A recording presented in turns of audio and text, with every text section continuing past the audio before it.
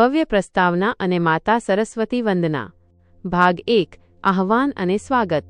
નમસ્તે મિત્રો, નિલેશ આરતી વ્લોગ્સના આ વિશેષ અને પાવન મહા એપિસોડમાં તમારું હાર્દિક સ્વાગત છે। આજે આકાશમાં એક અલગ જ તેજ છે, પવનમાં એક અલગ જ સુગંધ છે, કારણ કે આજે આપણે વાત કરવાના છીએ એ શક્તિની જેના વગર આ સૃષ્ટિ મૂંગી છે, જેના વગર બ્રહ્માંડમાં કોઈ રાગ નથી અને જેના વગર મનુષ્ય પાસે કોઈ વિવેક નથી। હા મિત્રો, આજે આપણે જ્ઞાનની દેવી, વાણીની અધિષ્ઠાત્રી અને કલાની સ્વામીની માતા સરસ્વતીની આરાધનામાં લીન થવાના છીએ। આજનો આ વિડિયો માત્ર એક વાર્તા નથી, પણ એક યાત્રા છે, એક એવી યાત્રા જે તમને તમારા અંતરના અંધકારમાંથી બહાર કાઢીને જ્ઞાનના અજવાળા તરફ લઈ જશે। ભાગ 2 માતા સરસ્વતીનું મહત્વ। મિત્રો, શાસ્ત્રોમાં કહ્યું છે કે જ્યારે ભગવાન બ્રહ્માએ સૃષ્ટિની રચના કરી ત્યારે ચારે બાજુ મૌન હતું, કોઈ અવાજ નહોતો, કોઈ સંગીત નહોતું। ત્યારે બ્રહ્માજીએ પોતાના કમંડળમાંથી જળ છાંટ્યું અને માતા સરસ્વતી પ્રગટ થયા। તેમના એક હાથમાં વીણા હતી, બીજામાં પુસ્તક, ત્રીજામાં માળા અને ચોથો હાથ આશીર્વાદ મુદ્રામાં હતો। માતાએ જેવી વીણાના તારને છેડ્યા, આખા બ્રહ્માંડમાં ઓમનો નાદ ગુંજી ઉઠ્યો। પક્ષીઓ કલરવ કરવા લાગ્યા, નદીઓ ખળખળ વહેવા લાગી અને મનુષ્યને વાણી મળી। એટલે જ ભલે ગમે તેટલી સંપત્તિ હોય, પણ જો માતા સરસ્વતીની કૃપા ન હોય તો એ બધું જ નકામું છે, કારણ કે લક્ષ્મીજી સંપત્તિ આપે છે, પણ એ સંપત્તિને સાચવવાની બુદ્ધિ તો માં શારદા જ આપે છે। ભાગ 3 વંદના અને શ્લોક ગાન। ચાલો મિત્રો, કથામાં આગળ વધતા પહેલા આપણે સાથે મળીને એમાં જગદંબાની વંદના કરીએ। તમે પણ જ્યાં હોવ ત્યાં 2 મિનિટ આંખો બંધ કરીને માતાનું ધ્યાન ધરો। યા કુંદેન્દુ તુષારહાર ધવલા, યા શુભ્ર વસ્ત્રાન્વૃતા, યા વીણાવર દંડ મંડિત કરા, યા શ્વેત પદ્માસના, યા બ્રહ્માચ્યુત શંકર પ્રભૃતિભિર્દેવઃ સદા વંદિતા, સા મા પાતુ સરસ્વતી ભગવતી નિશેષ જાડ્યાપહા। અર્થ સમજાવું।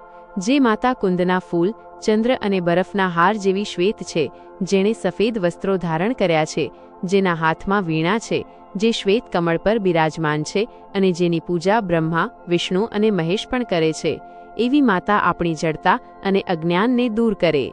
ભાગ 4 આજની કથાની ભૂમિકા।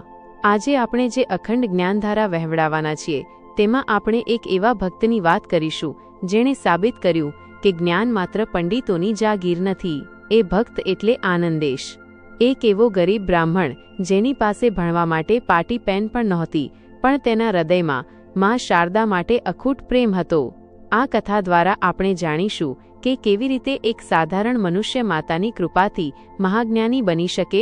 શું ખરેખર મંત્રોમાં એટલી શક્તિ છે કે તે નસીબ બદલી શકે?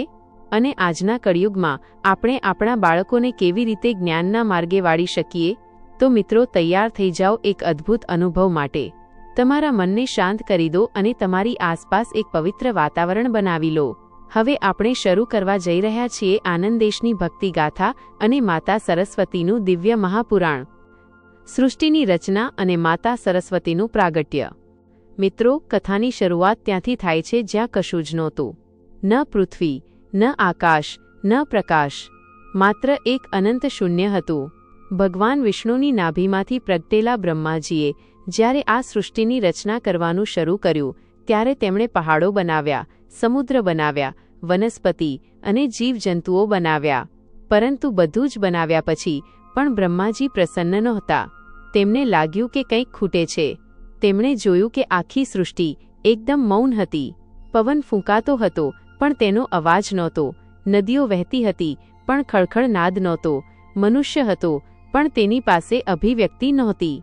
આખી દુનિયા એક જીવંત મૂર્તિ જેવી લાગતી હતી, જેમાં શ્વાસ તો હતા પણ ચેતના નહોતી।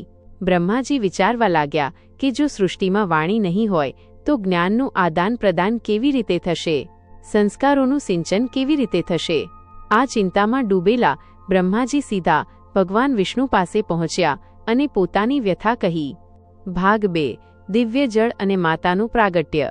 ભગવાન વિષ્ણુએ બ્રહ્માજીને સૂચવ્યું કે આ શૂન્યતાને માત્ર શક્તિ જ ભરી શકે છે। ત્યારે બ્રહ્માજીએ પોતાના કમંડળમાંથી પવિત્ર જળ લીધું અને મંત્રોચ્ચાર સાથે તેને પૃથ્વી પર છાંટ્યું। જેવું એ જળ પૃથ્વી પર સ્પર્શ્યું, એક અદ્ભુત ચમત્કાર થયો। એક પ્રચંડ દિવ્ય પ્રકાશપુંજ દેખાયો અને તેમાંથી શ્વેત વસ્ત્રો ધારણ કરેલી અત્યંત સુંદર અને તેજસ્વી દેવી પ્રગટ થયા. તેમના ચહેરા પર કરોડો સૂર્યનું તેજ હતું અને આંખોમાં અસીમ કરુણા. આ હતા આપણા માતા સરસ્વતી. માતાના 4 હાથ હતા, જે 4 દિશાઓ અને 4 વેદોના પ્રતીક હતા. તેમના પ્રગટ થતાં જ આખા બ્રહ્માંડમાં એક દિવ્ય સુગંધ ફેલાઈ ગઈ. બ્રહ્માજીએ માતાને વિનંતી કરી, હે દેવી, આ સૃષ્ટિ મૌન છે. તેને અવાજ આપો, તેને જ્ઞાન આપો, તેને જીવંત કરો. ભાગ 3. વીણાનો ઝંકાર અને પ્રથમ શબ્દ. માતા સરસ્વતીએ સ્મિત કર્યું અને પોતાની વીણાના તાર પર આંગળીઓ ફેરવી. જેવો પ્રથમ ઝંકાર થયો, આખા બ્રહ્માંડની જડતા દૂર થઈ ગઈ. સર્વપ્રથમ ઓમ, ઓમકારનો નાદ ગુંજી ઉઠ્યો. આ જ એ ધ્વનિ છે જેમાંથી બધા જ સ્વરો અને શબ્દો જન્મ્યા. નદીઓને ખળખળ અવાજ મળ્યો, પક્ષીઓને કલરવ મળ્યો, પવનને સંગીત મળ્યો અને સૌથી મહત્વનું, મનુષ્યને વાણી અને બુદ્ધિ મળી. માતાએ માત્ર અવાજ જ ન આપ્યો, પણ મનુષ્યના મગજમાં વિચારવાની શક્તિ મૂકી. એટલે જ આપણે કહીએ છીએ કે જો માં શારદાની કૃપા ન હોય તો મનુષ્ય માત્ર માટીનું પૂતળું છે. આ ભાગમાં આપણે એ પણ સમજીશું કે માતાના હાથમાં રહેલું પુસ્તક એ શાસ્ત્ર જ્ઞાન છે અને માળા એ અંતરનું જ્ઞાન અથવા અધ્યાત્મ છે. ભાગ 4. કથાનો સાર અને આગામી ભાગની કડી. મિત્રો, આ હતી માતા સરસ્વતીના પ્રાગટ્યની કથા. પણ જ્ઞાનનું મહત્વ ત્યારે જ સમજાય જ્યારે તેને કોઈના જીવનમાં ઉતરતા જોઈએ. શું તમે જાણો છો કે માતાએ માત્ર દેવોને જ નહીં પણ પૃથ્વી પરના સામાન્ય મનુષ્યોને પણ કેવી રીતે તાર્યા છે? હવે પછીના ભાગમાં આપણે મળીશું એવા જ એક સાધારણ મનુષ્યને જેનું નામ હતું આનંદેશ. તેની ભક્તિ એટલી પવિત્ર હતી કે ખુદ માતાએ તેને જ્ઞાનનો ભંડાર બનાવી દીધો. તો જોડાયેલા રહેજો નિલેશ આરતી વ્લોગ સાથે, કારણ કે હવે શરૂ થશે આનંદેશ બ્રાહ્મણની એ હૃદયસ્પર્શી જીવનગાથા. આનંદેશ બ્રાહ્મણની સંપૂર્ણ અને વિગતવાર જીવનગાથા. ભાગ 1. આનંદેશનું બાળપણ અને જ્ઞાન પ્રત્યેની લગ્ની. મિત્રો, હવે આપણે પ્રવેશ કરીએ છીએ એ ગાથામાં જે તમારા હૃદયને સ્પર્શી જશે. હિમાલયની પવિત્ર છાયામાં આવેલું જ્ઞાનપુરી નગર.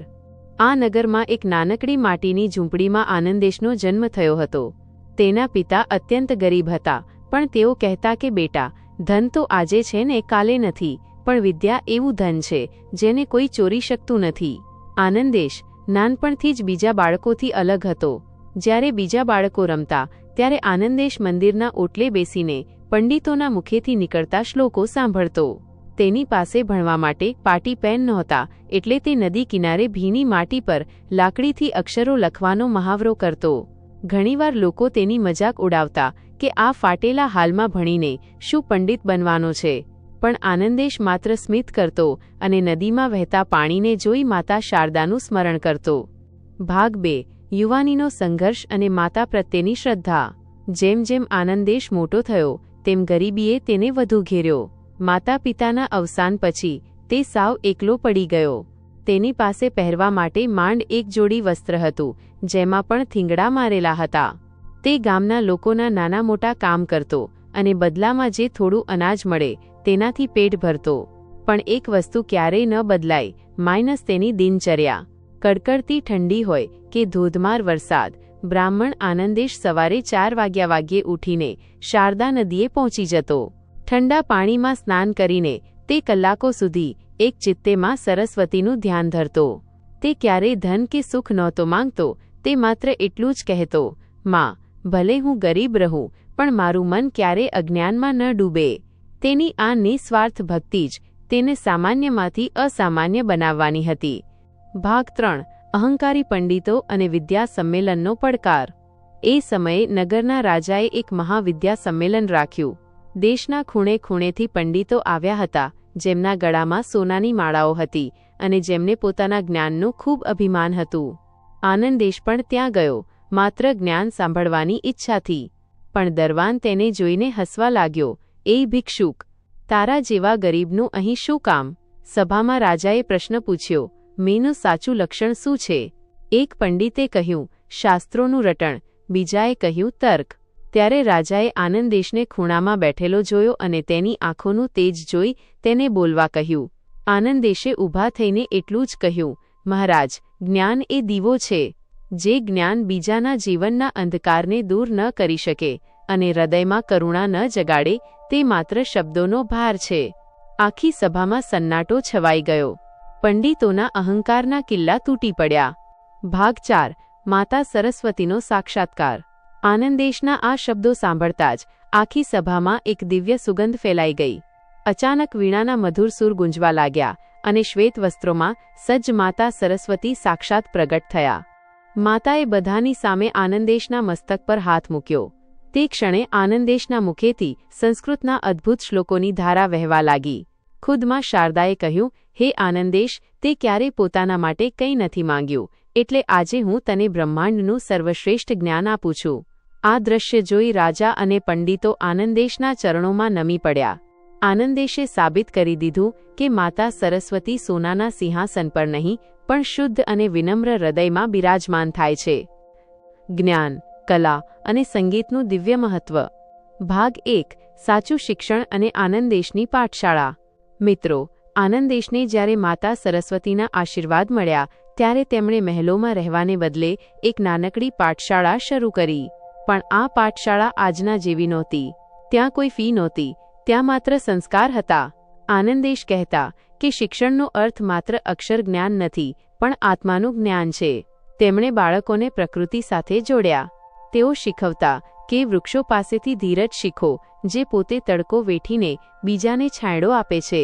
નદીઓ પાસેથી ગતિશીલતા શીખો, જે ક્યારે પાછળ નથી જોતી, બસ વહ્યા કરે છે. આકાશ પાસેથી વિશાળતા શીખો, જે બધાને પોતાનામાં સમાવી લે છે. આનંદેશની શિક્ષણ પદ્ધતિ એ હતી કે બાળક પહેલા એક સારો ઇન્સાન બને, પછી ડોક્ટર કે એન્જિનિયર બને. આજના સમયમાં આપણે પણ આપણા બાળકોને આ જ શીખવવાની જરૂર છે. ભાગ 2. સંગીત, આત્માનો અવાજ. મિત્રો, માતા સરસ્વતીના હાથમાં જે વીણા છે તે માત્ર એક વાદ્ય નથી પણ તે બ્રહ્માંડના સંગીતનું પ્રતીક છે. આનંદેશ કહેતા કે સંગીત એ ઈશ્વર સુધી પહોંચવાનો સૌથી ટૂંકો રસ્તો છે. જ્યારે આપણે મધુર સંગીત સાંભળીએ છીએ ત્યારે આપણું મન એકાગ્ર થાય છે. માતા સરસ્વતીની વીણાના 7 તાર આપણા શરીરના 7 ચક્રો સાથે જોડાયેલા છે. સંગીતથી માનસિક તણાવ દૂર થાય છે. તે એકાગ્રતા વધારે છે. તે હૃદયમાં પ્રેમ અને કરુણા જગાડે છે. જે ઘરમાં સંગીત અને ભજન ગુંજતા હોય ત્યાં ક્યારેય નકારાત્મકતા પ્રવેશતી નથી. આનંદેશ પોતાના શિષ્યોને કહેતા કે જો તમારે મનને જીતવું હોય તો પહેલા સૂરને સાધો. ભાગ 3. કલા અને સર્જનાત્મકતા. જ્ઞાન અને સંગીત પછી આવે છે કલા. માતા સરસ્વતી માત્ર પુસ્તકની દેવી નથી, તે દરેક કલાની જનની છે. આનંદેશના આશ્રમમાં કોઈ માટીના વાસણ બનાવતું તો કોઈ સુંદર ચિત્રો દોરતું. આનંદેશ સમજાવતા કે કલા એ ભગવાનની સૃષ્ટિમાં આપણો ફાળો છે. જ્યારે તમે કંઈક નવું સર્જન કરો છો ત્યારે તમે ઈશ્વરની સૌથી નજીક હોવ છો. ચિત્રકલા તમારી કલ્પનાને પાંખો આપે છે. નૃત્ય તમારા શરીરને શિસ્ત અને લયમાં રાખે છે. શિલ્પકલા પથ્થરમાં પણ જીવ જોવાની દ્રષ્ટિ આપે છે. આ વિભાગમાં આપણે એ વાત પર ભાર મૂકીશું કે આજના યુગમાં બાળકોને માત્ર મોબાઈલ આપવાને બદલે તેમને કોઈ કલા શીખવવી જોઈએ, જેથી તેમનું વ્યક્તિત્વ ખીલી ઉઠે. ભાગ 4. સંસ્કાર અને ચારિત્ર્ય નિર્માણ. છેલ્લે સૌથી મહત્વની વાત, સંસ્કાર. આનંદેશ કહેતા કે જ્ઞાની હોવા છતાં જો મનુષ્યમાં સંસ્કાર ન હોય તો તે જ્ઞાન ઝેર સમાન છે. જેમ સુગંધ વગરનું ફૂલ નકામું છે તેમ સંસ્કાર વગરનું શિક્ષણ નકામું છે. તેમણે તેમના શિષ્યોને 5 મુખ્ય સંસ્કાર શીખવ્યા. માતા પિતાનું સન્માન, જે આપણા પ્રથમ ગુરુ છે. સત્ય બોલવું, ભલે તે ગમે તેટલું કઠિન હોય. અહિંસા, વાણી અને કર્મથી કોઈને દુઃખ ન પહોંચાડવું. નમ્રતા, જ્ઞાન મેળવ્યા પછી ઝૂકતા શીખવું. સેવા, અસહાય લોકોની મદદ કરવી. આનંદેશની આ પાઠશાળાના સંસ્કારો આજે પણ આપણને સાચા માર્ગે ચાલવાની પ્રેરણા આપે છે. માતા સરસ્વતીના મંત્રો અને સ્તોત્રોનું વિજ્ઞાન અને રહસ્ય. ભાગ 1. મંત્રશક્તિ અને ધ્વનિ વિજ્ઞાન. મિત્રો, હવે આપણે એવા ભાગમાં પ્રવેશ કરી રહ્યા છીએ જ્યાં માત્ર શબ્દો નથી પણ શક્તિ છે. આનંદેશ કહેતા કે મંત્ર એ માત્ર અક્ષરોનો સમૂહ નથી પણ તે એક ખાસ પ્રકારની ઊર્જા છે. જ્યારે આપણે કોઈ મંત્રનું વારંવાર પઠન કરીએ છીએ ત્યારે આપણા મગજમાં રહેલા સુષુપ્ત કોષો જાગૃત થાય છે. વૈજ્ઞાનિક રીતે જોઈએ તો મંત્રોના ઉચ્ચારણથી નીકળતા ધ્વનિ તરંગો, સાઉન્ડ વેવ્સ, આપણા મનને શાંત કરે છે અને એકાગ્રતામાં અદ્ભુત વધારો કરે છે. માતા સરસ્વતીના મંત્રો ખાસ કરીને યાદશક્તિ વધારવા અને વાણીમાં મધુરતા લાવવા માટે અચૂક માનવામાં આવે છે. ભાગ 2. સરસ્વતી બીજ મંત્ર અને તેનો અર્થ. ચાલો સૌપ્રથમ આપણે જાણીએ માતાનો સૌથી પ્રભાવશાળી બીજ મંત્ર. મંત્ર ઓમ એ હ્રીં ક્લીં મહાસરસ્વત્યે નમઃ. ઓમ બ્રહ્માંડનો આદિ અવાજ. એ જ્ઞાન અને બુદ્ધિનું પ્રતીક. હ્રીં માયા અને શુદ્ધતાની શક્તિ. ક્લીં ઈચ્છા અને આનંદની સિદ્ધિ.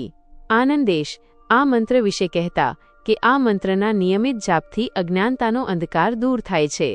જો વિદ્યાર્થીઓ રોજ સવારે સ્નાન કર્યા પછી 108 વાર આ મંત્રનો જાપ કરે તો તેમને ભણવામાં ક્યારેય કંટાળો આવતો નથી અને યાદશક્તિ ખૂબ જ તેજ બને છે.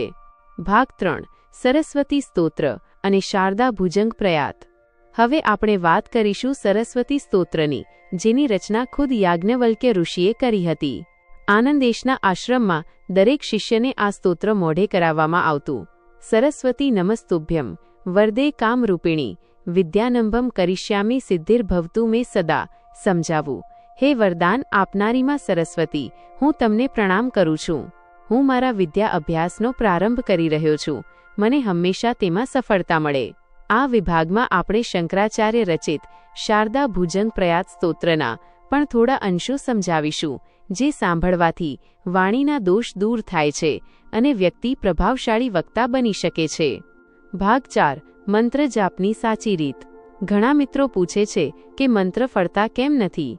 આનંદેશ આનો ખૂબ સુંદર ઉત્તર આપતા તેઓ કહેતા કે મંત્ર જાપ માટે 3 વસ્તુ જરૂરી છે: સ્થાન, સમય અને શ્રદ્ધા. સ્થાન હંમેશા શાંત અને સ્વચ્છ જગ્યા પસંદ કરો. પૂર્વ દિશા તરફ મુખ રાખીને બેસવું શ્રેષ્ઠ છે. સમય બ્રહ્મ મુહૂર્ત સવારે 4 થી 6 મંત્ર જાપ માટે સર્વોત્તમ છે. શ્રદ્ધા જો તમારા મનમાં શંકા હશે તો મંત્ર કામ નહીં કરે. પૂરો વિશ્વાસ રાખો કે માં શારદા તમારી વાણીમાં બિરાજમાન છે. આ 1 કલાક દરમિયાન આપણે આ મંત્રોનું લયબદ્ધ ગાન કરીશું, જેથી શ્રોતાઓ માત્ર સાંભળીને પણ મંત્ર શક્તિનો અનુભવ કરી શકે. મંત્ર સાધનાનું વિજ્ઞાન અને આનંદેશનો ગુપ્તબોધ. ભાગ 1. મંત્ર ફળતા કેમ નથી. મિત્રો, આ પ્રશ્ન આજે ઘર ઘરમાં છે કે અમે આટલી માળા કરીએ છીએ છતાં પરિણામ કેમ નથી મળતું. આનંદેશ આનો ઉત્તર એક સુંદર ઉદાહરણ દ્વારા આપતા તેઓ કહેતા કે મંત્ર એ બીજ સમાન છે. જેમ એક બીજને ઉગવા માટે યોગ્ય જમીન, યોગ્ય ઋતુ અને પાણીની જરૂર હોય છે, તેમ મંત્રને સિદ્ધ કરવા માટે પણ ચોક્કસ નિયમો જોઈએ. જો તમે રેતાળ જમીનમાં બીજ વાવો અને પછી કહો કે ઝાડ નથી ઉગ્યું, તો એ ભૂલ તમારી છે, બીજની નહીં. ચાલો સમજીએ એ 3 પાયાના સ્તંભોને. 1. સ્થાન, ધ એનર્જી ફિલ્ડ. આનંદેશ કહેતા કે જે જગ્યાએ તમે બેસો છો ત્યાંની ઉર્જા તમારા મન પર અસર કરે છે. દિશા, પૂર્વ દિશા તરફ મુખ રાખવાનું મહત્વ એ છે કે તે દિશામાંથી સકારાત્મક સૌર ઉર્જા, સોલાર એનર્જી વહે છે. આસન, જમીન પર સીધા ન બેસવું. ઊનનું અથવા કુશનું આસન વાપરવું, જેથી તમારા શરીરની ઉર્જા પૃથ્વીમાં ઉતરી ન જાય. શુદ્ધતા, જે રૂમમાં મંત્ર જાપ કરો ત્યાં સુગંધિત અગરબત્તી કે ઘીનો દીવો પ્રગટાવવો, કારણ કે માં શારદાને પવિત્રતા અતિ પ્રિય છે. 2. સમય, ધ કોસ્મિક ટાઈમિંગ. મિત્રો, સમય એટલે માત્ર ઘડિયાળના કાંટા નહીં, પણ બ્રહ્માંડની સ્થિતિ. બ્રહ્મ મુહૂર્ત સવારે 4 થી 6 ના સમયે વાતાવરણમાં સત્વગુણ સૌથી વધુ હોય છે. આ સમયે આપણું અજાગ્રત મન, સબકોન્શિયસ માઇન્ડ સૌથી વધુ સક્રિય હોય છે. આનંદેશ કહેતા કે આ સમયે કરેલી 1 માળા દિવસના સમયે કરેલી 100 માળા બરાબર ફળ આપે છે. જો તમે સફળતા ઈચ્છતા હોવ તો સૂર્યોદય પહેલા જાગવાની આદત પાડો. 3. શ્રદ્ધા અને સંકલ્પ, ધ ઇન્ટેન્શન. આનંદેશ એક મોટી વાત કહેતા, મંત્ર તમારા હોઠથી નહીં, તમારા નાભીથી નીકળવો જોઈએ. યાંત્રિક જાપ, જો તમારું મન મોબાઈલમાં કે ઘરના કામમાં છે અને હાથમાં માળા ફરે છે તો તે માત્ર એક કસરત છે, સાધના નહીં. ભાવ, જ્યારે તમે એ બોલો ત્યારે અનુભવ કરો કે તમારા મગજમાં સફેદ પ્રકાશ ફેલાઈ રહ્યો છે. શ્રદ્ધા એટલે એવો અતૂટ વિશ્વાસ કે માં સરસ્વતી મારી જીભ પર બિરાજમાન છે અને મારું કલ્યાણ થઈ જ રહ્યું છે. 4. વાણીના 4 સ્તર, ચતુર્વિધ વાણી. આનંદેશ તેમના શિષ્યોને સમજાવતા કે મંત્ર 4 અવસ્થામાંથી પસાર થાય છે: વૈખરી, મોટેથી બોલવો શરૂઆતના સાધકો માટે. મધ્યમાં ગળામાં ગણગણાટ કરવો, જીભ અને હોઠ ન હલે. પશ્યંતી મનમાં મંત્રનું ચિત્ર જોવું. પરા મંત્ર મૌનમાં ઓગળી જાય અને તમે પોતે જ મંત્ર બની જાઓ. આ 1 કલાક દરમિયાન હું તમને આ 4 રીતથી મંત્ર કેવી રીતે સાધવો તેની પ્રેક્ટિસ કરાવીશ. આપણે સૌપ્રથમ મોટેથી મંત્રોચ્ચાર કરીશું અને ધીરે ધીરે તેને અંતર્મન સુધી લઈ જઈશું. ઉપસંહાર, ભવ્ય આરતી અને આશીર્વાદ. ભાગ 1. જ્ઞાનનો નિષ્કર્ષ અને પરિવર્તનનો સંકલ્પ. મિત્રો, છેલ્લા 4.5 કલાકથી આપણે જ્ઞાનની દેવીમાં શારદાની અનંત કથા અને આનંદેશની ભક્તિમાં ડૂબેલા હતા. હવે સમય છે એ બધી જ વાતોનો નિષ્કર્ષ કાઢવાનો. આનંદેશના જીવન પરથી આપણે શીખ્યા કે ગરીબી એ અડચણ નથી, પણ અજ્ઞાન એ સૌથી મોટી ગરીબી છે. આપણે જોયું કે કેવી રીતે શુદ્ધ સંકલ્પ અને અડગ શ્રદ્ધાથી પથ્થર જેવું મન પણ પારસમણી જેવું તેજસ્વી બની શકે છે. આ યાત્રા અહીં પૂરી નથી થતી, પણ અહીંથી તમારા જીવનની એક નવી શરૂઆત થાય છે. આજે આ પવિત્ર ક્ષણે મન સાથે એક સંકલ્પ કરો, હું દરરોજ કંઈક નવું શીખીશ. મારી વાણીમાં ક્યારેય કોઈનું અપમાન નહીં કરું. મારું જ્ઞાન માત્ર મારા માટે નહીં, પણ સમાજના કલ્યાણ માટે વાપરીશ.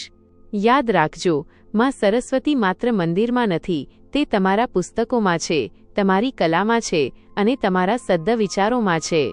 ભાગ 2. ભવ્ય મંગલ આરતી. ચાલો મિત્રો, હવે સમય છે માં જગદંબાની વિદાય લેવાનો નહીં, પણ તેને આપણા હૃદયમાં કાયમ માટે સ્થાપિત કરવાનો.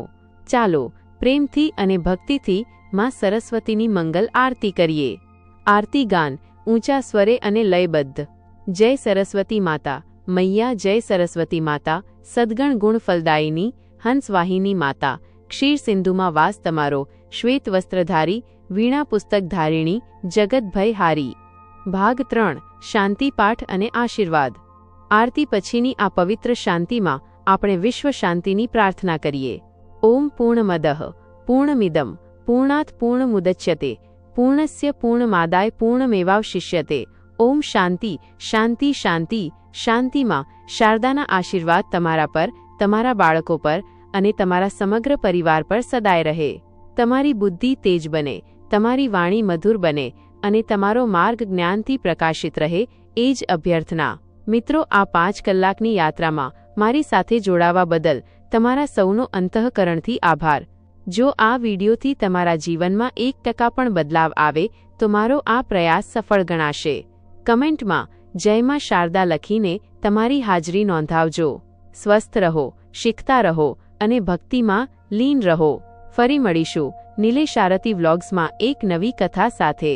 ત્યાં સુધી નમસ્તે, આવજો અને જય શ્રી કૃષ્ણ.